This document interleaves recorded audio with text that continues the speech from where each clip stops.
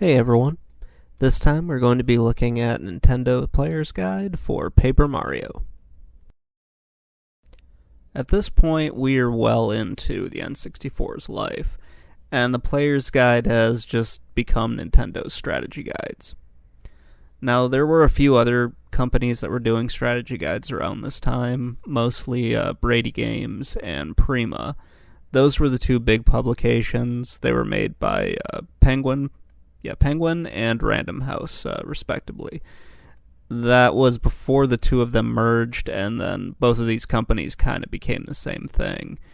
I think they ended up just using the Prima banner, or maybe they used like Prima Brady Games or something like that.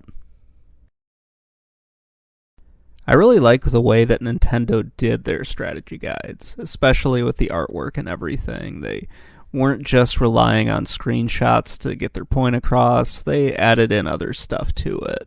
It kind of made them stand out a little bit more for whatever that really meant at the time. I don't know. I always thought like buying a physical strategy guide was a little weird. Now they kind of have some more like nostalgic flair to them. But back at that time, I was just like, whatever. I'll stumble through these games and just kind of see what happens. Just as a side note, I think my favorite strategy guides to see were the Madden strategy guides, because they just seem so stupid. Like, why would you need a strategy guide for Madden? Like, it doesn't really change too much from year to year, and two, you kind of play the game and you learn what to do and what not to do. You learn to read the defenses and everything.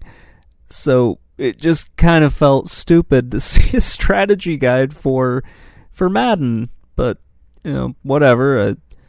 I'm guessing somebody bought them because they kept just cranking them out, or maybe they had licensing deals or something like that.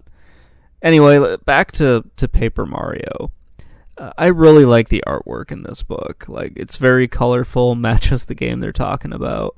The screenshots, they do a pretty good job, but, they don't really... But they are kind of overshadowed, to be perfectly honest. The artwork does a much better job of really portraying what they want to say. And just the screenshots, they're fine. They're just kind of screenshots of an N64 game, even though it is one of the better looking N64 games. There's nothing particularly special about this. It's everything that you would expect in a strategy guide. It walks you through the game, it tells you about the different stages, gives you tips, kind of explains the controls, tells you about the enemies, that sort of thing. It breaks down, where the enemies can be found, what the enemies' stats are, different badges in the game, different star pieces, and all the different items and stuff in the game. That's kind of why I never thought that these were really that useful, to be perfectly honest. There are some that kind of go above and beyond, but for most of these that are just kind of generic, I don't really see them as being all that useful. Of course, nowadays these are kind of obsolete since we have the internet and everything. But, going through some of these, I get to kind of look at a lot of the games that I really missed out on.